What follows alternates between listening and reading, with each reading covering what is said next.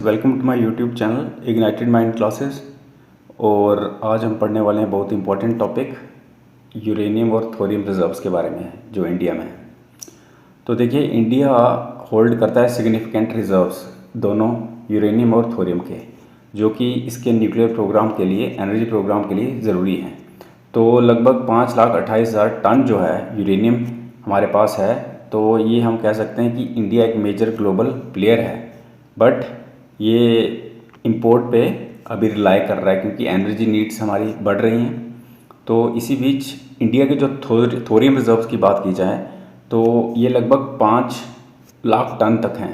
ठीक है, तो ये हमें ऑफ़र करते हैं यूनिक अपॉर्चुनिटीज़। किसके लिए? ताकि हम एडवांस न्यूक्लियर टेक्नोलॉजीज़ को डेवलप कर सकें। तो जैसे आपको पता है कि इंडिया में यूरेनियम और थोरियम रिजर्व्स काफ़ी हैं, तो अब इनका डिस्ट्रीब्यूशन के बारे में इंफॉर्मेशन होनी चाहिए। अब इसका इन्वायरमेंट पर क्या असर पड़ता है वो भी इंफॉर्मेशन हमें चाहिए है, इसकी भी नॉलेज चाहिए। और जो पोटेंशियल बेनिफिट्स इन रिसोर्सेज के, तो ये बहुत ज़रूरी है इंडिया के एनर्जी के फ्यूचर के लिए। ठीक है, तो चलिए आगे हम बात करते हैं यूरेनियम रिजर्व्स के बारे में। तो देखिए, इंडिया के पास एस्टिमेटेड जो रिजर्व्स हैं यूरेनियम के, तो ये यूरेनियम के रिजर्व लगभग 5,28,000 टन है। तो अगर इंडिया को वर्ल्ड की रैंकिंग दी जाए यूरेनियम रिजर्व्स के पॉइंट ऑफ व्यू से तो 15th है। तो इंडिया जो है वर्ल्ड का 9th लार्जेस्ट प्रोड्यूसर है यूरेनियम का, और इसका एनुअल आउटपुट जो है वो 2200 टन से ज़्यादा है। तो इंडिया का जो करंटली हम बात करें, ये किस पर यूरेनियम इंपोर्ट के लिए डिपेंड है? ये प्राइमरीली रशिया, ऑस्ट्रेलिया और कज़ाकिस्तान। ठीक है, आगे हम बात करें एनरिच्ड यूरेनियम की। तो ये वो यूरेनियम है जिसकी कंसंट्रेशन जो है, जो उसका आइसोटॉप है यूरेनियम 235, तो ये इंक्रीज्ड हुई है अगर हम इसको कंपैरिजन में लाएं नेचुरल यूरेनियम के।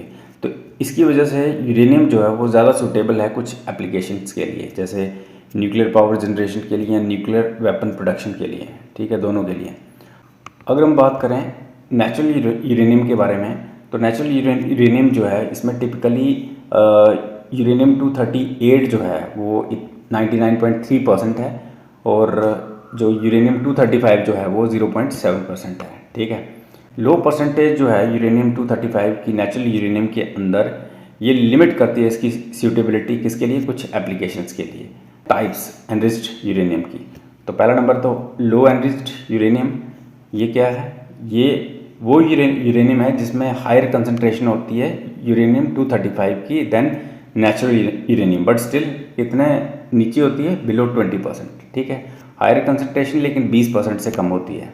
ठीक है, तो इसको हम फ्यूल की फॉर्म में यूज़ करते हैं कमर्शियल न्यूक्लियर पावर रिएक्टर्स में। ठीक है, आगे हाईली एनरिच्ड यूरेनियम की बात करें तो इसमें जो यूरेनियम 235 कंसंट्रेशन जो है वो 20% से ऊपर है।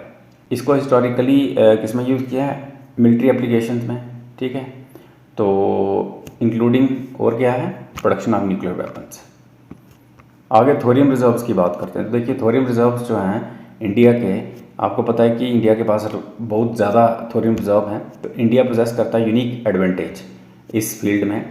ठीक है, किसमें? न्यूक्लियर एनर्जी में, क्योंकि इसके पास थोरियम रिजर्व्स बहुत ज़्यादा हैं और ये लगभग 5 लाख टन के करीब हैं।